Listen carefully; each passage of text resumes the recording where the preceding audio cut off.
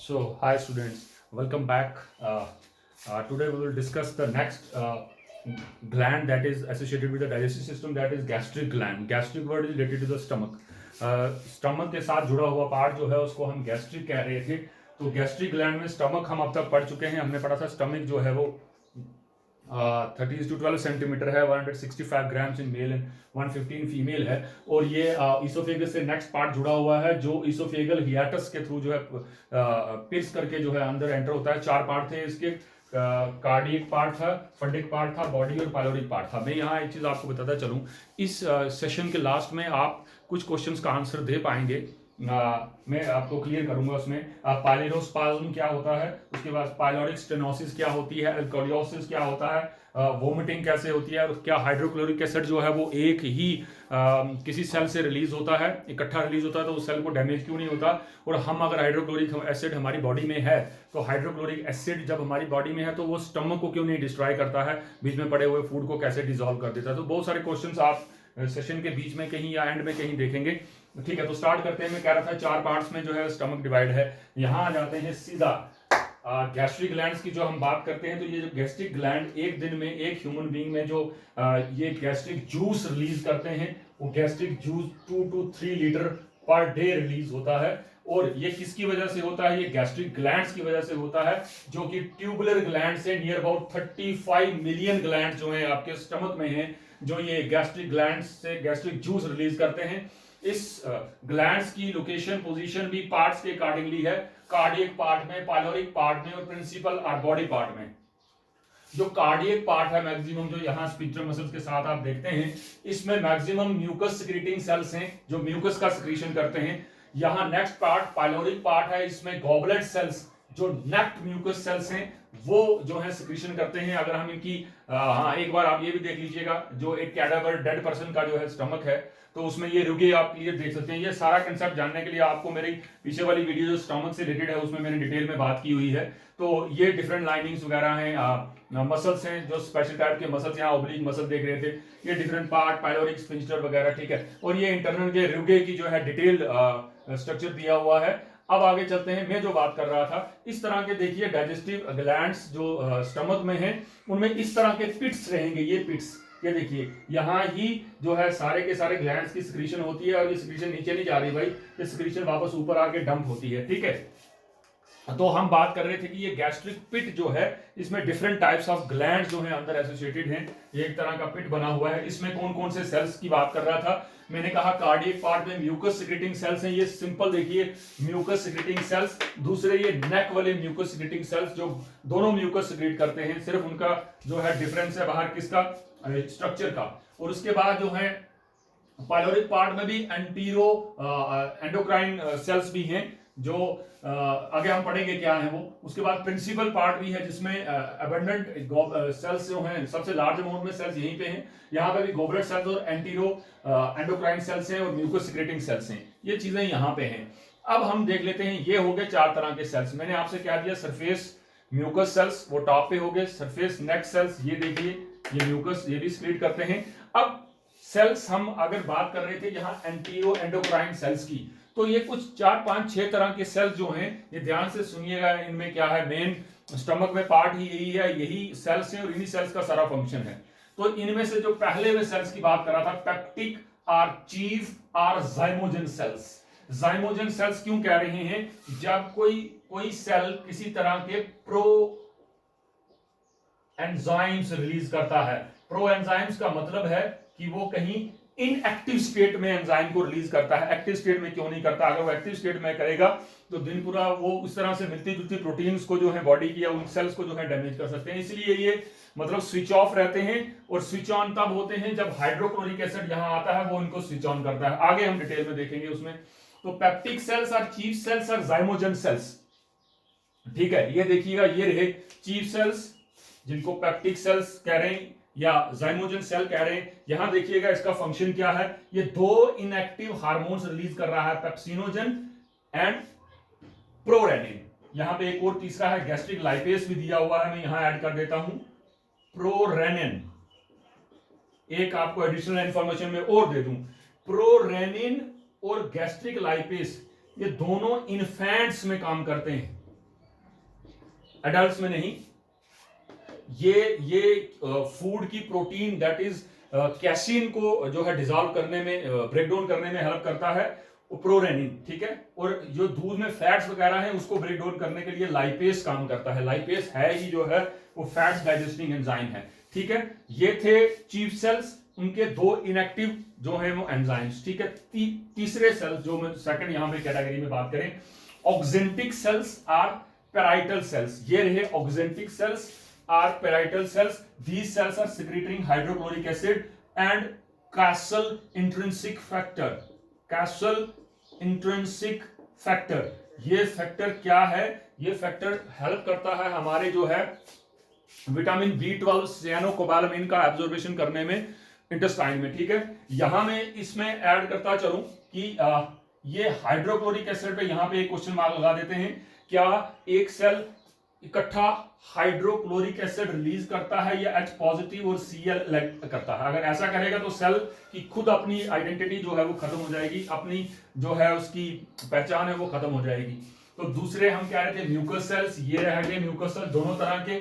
और इसके अलावा ये अर्जेंटेफिन सेल्स जो आप देख रहे हैं, गैस्ट्रिन सेल्स देख रहे हैं, ये दोनों एंडोक्राइन रोल प्ले करते हैं, ठीक है, हार्मोनल पॉइंट ऑफ व्यू से। और ये सारे के सारे एक्सोक्राइन, अगर आपने मेरी स्टार्टिंग की वीडियो देखी है जिसमें ग्लैंड्स को टाइप्स के बेसिस पे डिवाइड किया गया है तो आप वहां जाके देख सकते हैं। और इसके अलावा इसमें इनको हम बाद में डिस्कस करते हैं एंडोक्राइन सेल्स को, हालांकि वो यहां नीचे रहते हैं, अर्जेंटेफिन सेल्स और जी सेल्स। ये पाइलोरिक रीजन जो है स्टमक का, उसमें जी सेल्स जो है वो ज्यादा रहते हैं, ठीक है। क्या करते हैं ये भी बाद में देखते हैं। और एक अनडिफरेंशिएटेड सेल, एस सेल्स और स्टेम सेल्स। एक चीज आपको यहां ऐड करता चलूं कि हर एक इंडिविजुअल का हर थर्ड डे में स्टमक से सेल्स इरोड ऑफ होते हैं और नए बनते हैं। तो ये सेल्स रिस्पॉन्सिबल हैं उन undifferentiated S cells, stem cell जो नए सेल्स की फॉर्मेशन करते हैं। इसी तरह इंटेस्टाइन में भी जो है हर फिफ्थ डे में सेल्स जो है इरोड ऑफ होते हैं। तो ये बात थी क्या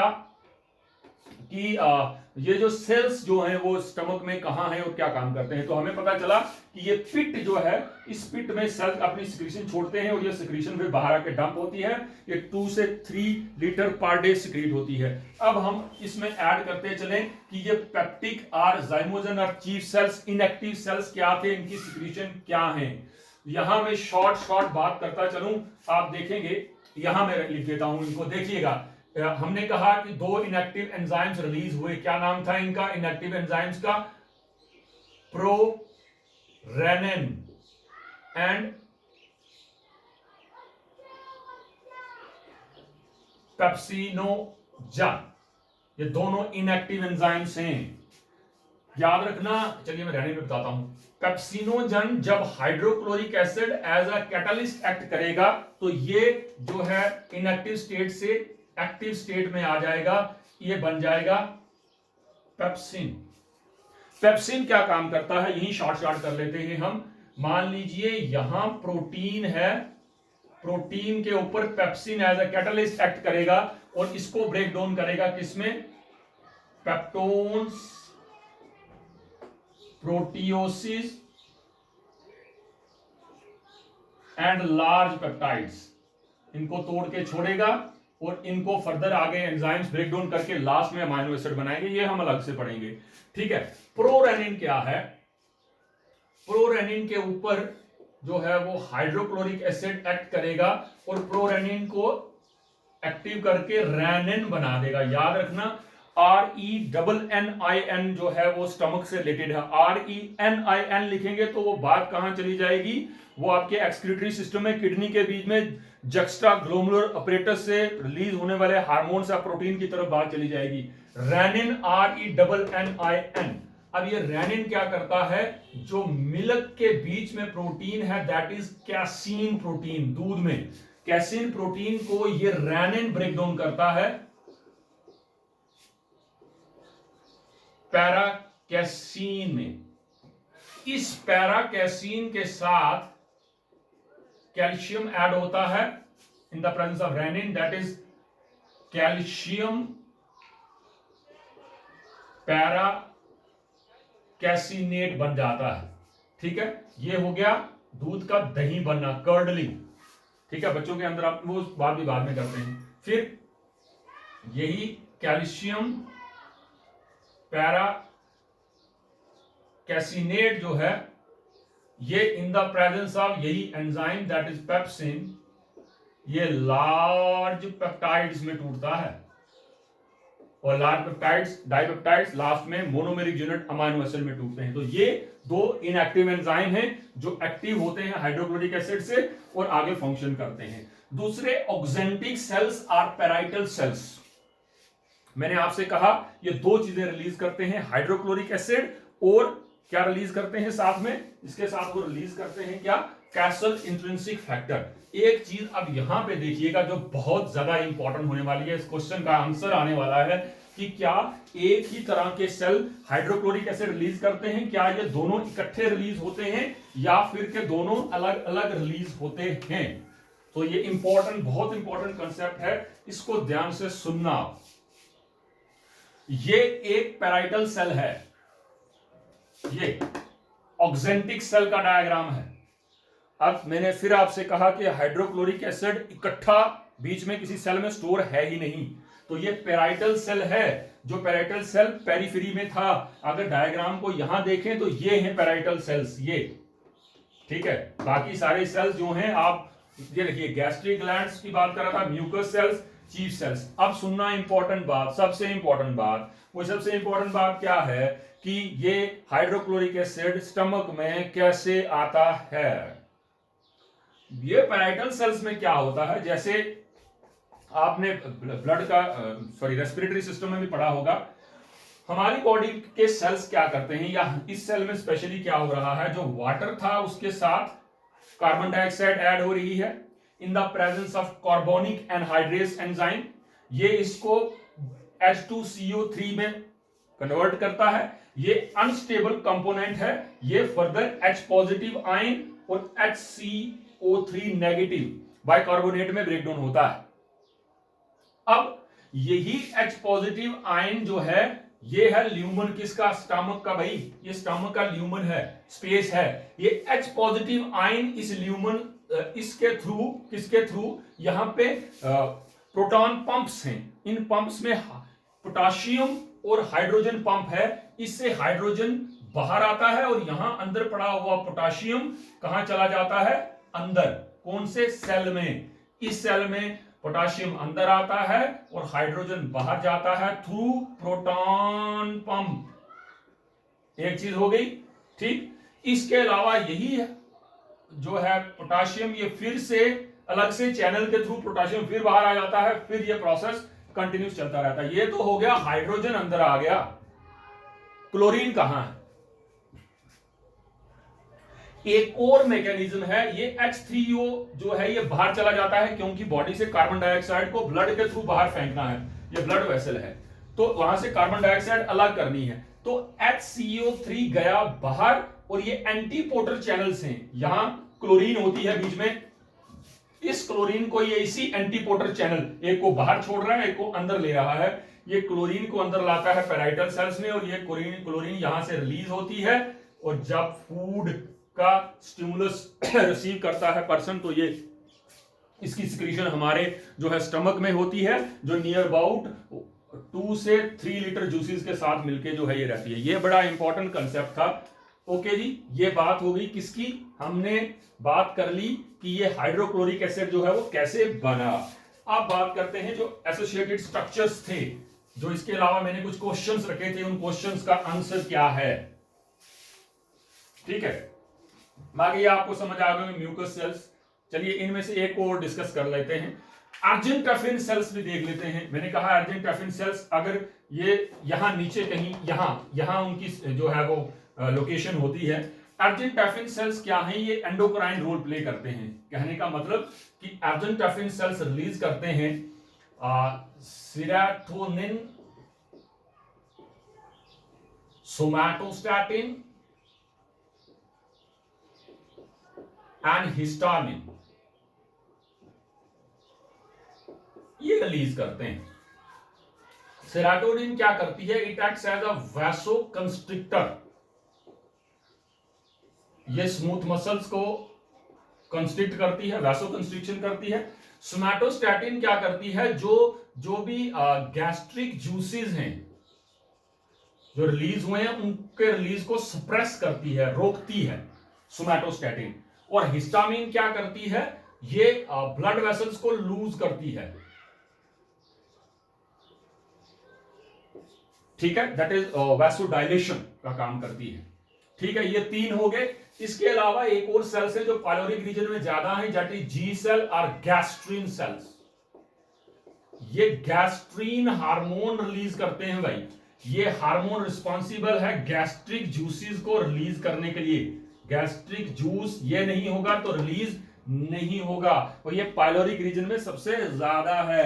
एस सेल और स्टेम सेल अनडिफरेंशिएटेड सेल्स हैं। ये सेल्स क्या करते हैं, मैंने कहा या तो किसी पर्सन में किसी तरह का कोई अंदर अल्सर्स है या कुछ है, उसको हील अप करेंगे। उसके बाद यही सेल्स जो हैं वो मल्टीप्लिकेशन का काम भी करते हैं, मतलब सेल्स जो इरोडा होते हैं डाइजेस्टिव प्रोसेस में उनको दोबारा से बनाते हैं, ठीक है।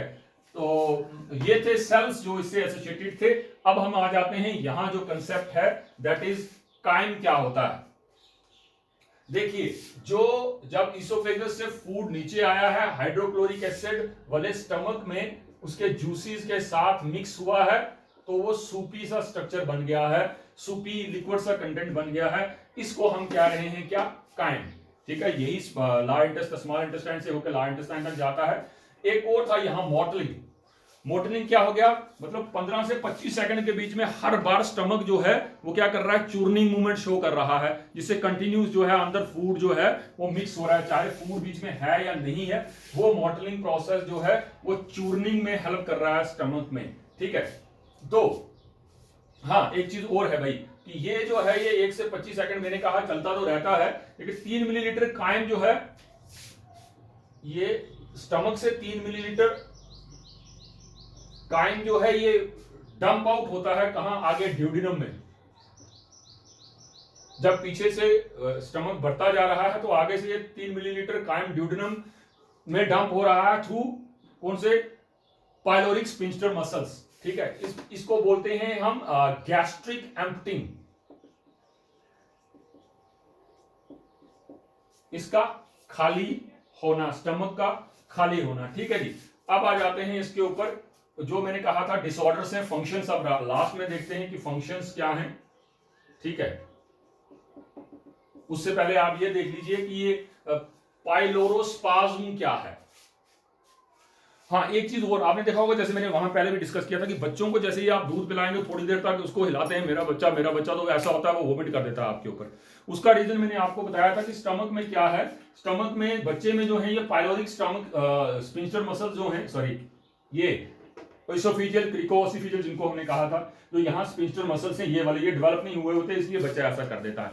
लेकिन इसके बाद भी कुछ बच्चों में प्रॉब्लम्स हैं। वो प्रॉब्लम्स क्या है, जैसे मैंने कहा पाइलोरोस्पाज्म। ये पाइलोरोस्पाज्म क्या होता है, इसमें क्या हो जाता है, बच्चे का जो कंस्ट्रिक्शन हो जाती है, किसकी, constriction of pyloric sphincter muscles. ये क्या हो जाता है कि बच्चे का स्टमक जो है ये इसके बंद होने की वजह से वो कंटिन्यूस फिल्ड हो जाता है, और फिल्ड जब होता है वो एक लेवल से ज्यादा, जब उसकी कैपेसिटी से ज्यादा जाएगा तो बच्चा क्या करेगा, वोमिटिंग करेगा। इसको ड्रग्स के थ्रू जो है वो ठीक भी कर देते हैं। तो constriction of pyloric sphincter muscles मैंने कहा, स्टमक जब फुल होगा तो बच्चा जो है फूड को रिलीज करेगा थ्रू माउथ, उसको वोमिटिंग कह रहे हैं, एमिसिस कह रहे हैं। आगे देखते हैं एमिसिस क्या होती है। दूसरा है पाइलोरिक स्टीनोसिस, STENOSOS। ये क्या है, narrowing of pyloric sphincter muscles. ये पहले वाले में बंद हैं, दूसरे वाले में थोड़े, पहले वाले में बंद हैं, समझ लीजिए ये बंद हैं, क्लोज्ड हैं, दूसरे वाले में नैरो हो गया है ये स्फिंक्टर मसल्स। इसकी वजह से वहीं फूड अंदर अकोमुलेट होता है। अब बच्चा नॉर्मल वोमिट नहीं करता जो यहां से नीचे गिरी, वो प्रोजेक्टाइल वोमिट करता है, बड़े दूर जाके जो है वो वोमिटिंग उसकी गिरती है। तो इसको भी जो है वो करेक्ट किया जा सकता है, सर्जरी के थ्रू करेक्ट किया जा सकता है। अब मैं बात कर रहा था कि जब एडल्ट्स में बात करूं, जब हाँ, एक चीज और थी यहाँ पे, जो हाइड्रोक्लोरिक एसिड हम कह रहे थे रिलीज हुआ, यहाँ पे जो गैस्ट्रिक जूस बना उसका पीएच 1 से 2 तक रहता है, 1.5 या 2 तक रहता है पीएच, पोटेंशियल हाइड्रोजन। कौन सा? एडल्ट्स में। बच्चों में ये 5.0 रहता है, तो एसिडिक है फूड। मैंने आपसे कहा था ना कि स्टमक में यहां क्यों नहीं है, यहाँ पे ऊपर जो है लीवर क्यों नहीं है, पैनक्रियाज क्यों नहीं है, यही रीजन था। यहाँ है, यहाँ इसलिए कि एसिडिक फूड को न्यूट्रलाइज करने के लिए। ऊपर से फूड जो है 6.8 पीएच था, अगर आपको याद हो सलाइवा का, तो 6.8 पीएच वाला फूड जो है वो हाईली एसिडिक कंटेंट में नहीं आता, जब नीचे आता है तब। अब जो इसी से एक सवाल है कि जब ये एसिडिक फूड जो है, जब पर्सन वोमिट करता है तो वोमिट के टाइम जो है वो एसिडिक फूड उसके मुंह से बाहर आता है, दैट रिजल्ट्स इनटू एल्कोलियोसिस। क्या हो गया? एल्कोलियोसिस में पर्सन का ब्लड जो है वो एसिडिक हो जाता है। क्या कहा मैंने? पर्सन का ब्लड एसिडिक हो जाता है, और ये इफेक्ट कहीं ना कहीं उसके टीथ को भी करता है, दांतों को भी जो है वो इफेक्ट करती है, ये वोमिटिंग जो बार बार बच्चों को या अडल्ट्स को वोमिटिंग हो रही हो। एक और था पायरोसिस, जिसको हमने कहा था हार्ट बर्न। जब पर्सन जो है ज्यादा फूड कंज्यूम करता है, किस तरह का फूड कंज्यूम करता है पर्सन, जंक फूड या इस तरह का फूड, जब उसको गैस्ट्रिक अपसेट हो रहा है तो उसको वो फूड जो है रिवर्स ऑर्डर में वापस ऊपर आ रहा है, जिसको हम बोलते हैं कि एसिडिटी हो रही है। ठीक है, वो बड़ी लार्ज स्केल पे जो है ऐसा हो रहा होता है, तब उसको हम कहते हैं पायरोसिस। पायरोसिस और पायरिया में कंफ्यूज मत होइएगा, पायरिया है ब्लीडिंग फ्रॉम गम्स, ठीक है, पायरोसिस हो गया हार्ट बर्न, दिल का जलना, यहाँ कुछ नहीं है, ये मिसनोमर एक वर्ड इस तरह से कहा गया है, लेकिन जो है जो एसिडिक फीलिंग करते हैं, आप पहले वीडियो में भी मैंने इसके बारे में बताया हुआ है। एमिसिस हो गया। अब क्या? वोमिटिंग। वोमिट करना क्या हो गया? ये क्या वोमिटिंग को आप क्या कहेंगे? द फोर्सफुल एक्सपल्शन, ठीक है, the forceful expulsion of gastric content from mouth. कहां का? स्टमक और इसोफेगस का जो कंटेंट है, जो अंदर डाइजेस्टिव प्रोसेस में चल रहा था, उसका जो है बाहर आना। कहां? मुंह के थ्रू बाहर आना। अब ये क्यों हो रहा है? कहता उसके कुछ रीजंस हैं कि वोमिटिंग अगर हो रही है तो वोमिटिंग होने का रीजन हो सकता है कि स्टमक में किसी तरह की इरिटेशन या डिस्टेंशन स्टमक की, या इस तरह का स्टिमुलाई आपने कुछ मतलब भद्दा सा देख लिया, दैट्स वाई जो है वो स्टिमुलस ऊपर ब्रेन तक गया, मेडुला ऑब्लांगेटा से, और वहां से उसके इंपल्सिस आए और बॉडी ने उसको क्या कर दिया। अब ये वोमिटिंग के दौरान क्या हो रहा है? आपका स्टमक स्क्वीज हो रहा है, दब रहा है स्टमक। कहां दब रहा है स्टमक? आपका जो डायफ्राम है और एब्डोमिनल मसल्स हैं, इनके बीच में जो है वो दब रहा है, और आप पूरे के पूरे हिल जाते हैं जब वोमिट करते हैं। उसका रीजन क्या था कि जो स्टमक आपका है उसमें ये सारे वॉल्व्स ओपन होंगे, मतलब इसोफेजियल स्फिंक्टर, जो कार्डियक स्फिंक्टर वाल्व है इसोफेगस का, वो ओपन होगा, तब जाके वोमिटिंग होगी। ये पूरे का प्रोसेस लगता है ऐसे कि मतलब जान निकल गई है कहीं, तो ये एमिसिस वोमिटिंग इसको बोलते हैं। और हाइड्रोक्लोरिक एसिड का कंसेप्ट हमने जो है वो वहां देख लिया कि हाइड्रोक्लोरिक एसिड जो है वो कैसे काम कर रहा है। So students, here are the some functions of stomach. Hydrochloric acid क्या काम कर रहा है यहाँ पे? हाइड्रोक्लोरिक एसिड, यहाँ देखते हैं फंक्शंस। थोड़ा सा टाइम सेव करने के लिए मुझे लिखना पड़ा। It acts as a catalyst. देखिए, ये हाइड्रोक्लोरिक एसिड नहीं होता जो ऊपर आपने रिएक्शन लिखी पेप्सिनोजन, प्रोरानिन वगैरह, उसकी पॉसिबिलिटी नहीं थी। ये क्या करता है? और फूड को सॉफ्टन करता है, ब्रेक डाउन भी करता है फूड को जो है, ठीक है। और यहाँ एक पॉइंट और ऐड कर दें, ठीक है। और उसके बाद क्या करता है? ये पहले कैटालिस्ट एक्ट करता है, फिर इसके बाद फूड को सॉफ्ट करता है, और उसके बाद क्या करता है? Stoppage of salary activity. क्योंकि जो सलाइवा में पीएच है, मैंने कहा 6.8 रहता है, तो सेलरी अमाइलेज यहाँ एक्शन कर सकता है, लेकिन पीएच अगर 1.2 तक चला जाए या 2 तक चला जाए तो वहां इसकी पॉसिबिलिटी नहीं है कि ये जो है एक्शन कर सकता है, ठीक है। और ये क्या करता है? प्रोटीन की डीनेचुरेशन भी करता है। कौन? Hydrochloric acid. और ये माइक्रोब्स को भी किल करता है। इसके अलावा विटामिन B12 की ऑब्जर्वेशन, क्योंकि कासल इंट्रिंसिक फैक्टर स्टमक में ही रिलीज हो रहा है, अगर वो नहीं होगा तो विटामिन B12 एब्जॉर्ब नहीं होगी, तो वो एनीमिया कहीं ना कहीं काज करती है, मेगालोब्लास्टिक एनीमिया आई थिंक। तो ये क्या करता है, इसके अलावा हाइड्रोक्लोरिक एसिड जो पाइलोरिक स्पिंचर वाल्व है उसका ओपनिंग क्लोज को भी जो है वो कंट्रोल करता है। और जो मैं कह रहा था कुछ हद तक, सारा नहीं कहूंगा, कुछ अल्कोहल, वाटर और एस्पिरिन वगैरह जो है वो यहाँ स्टमक में ही एब्जॉर्ब हो जाती है, ठीक है। ये हाइड्रोक्लोरिक एसिड से बाहर की बात है।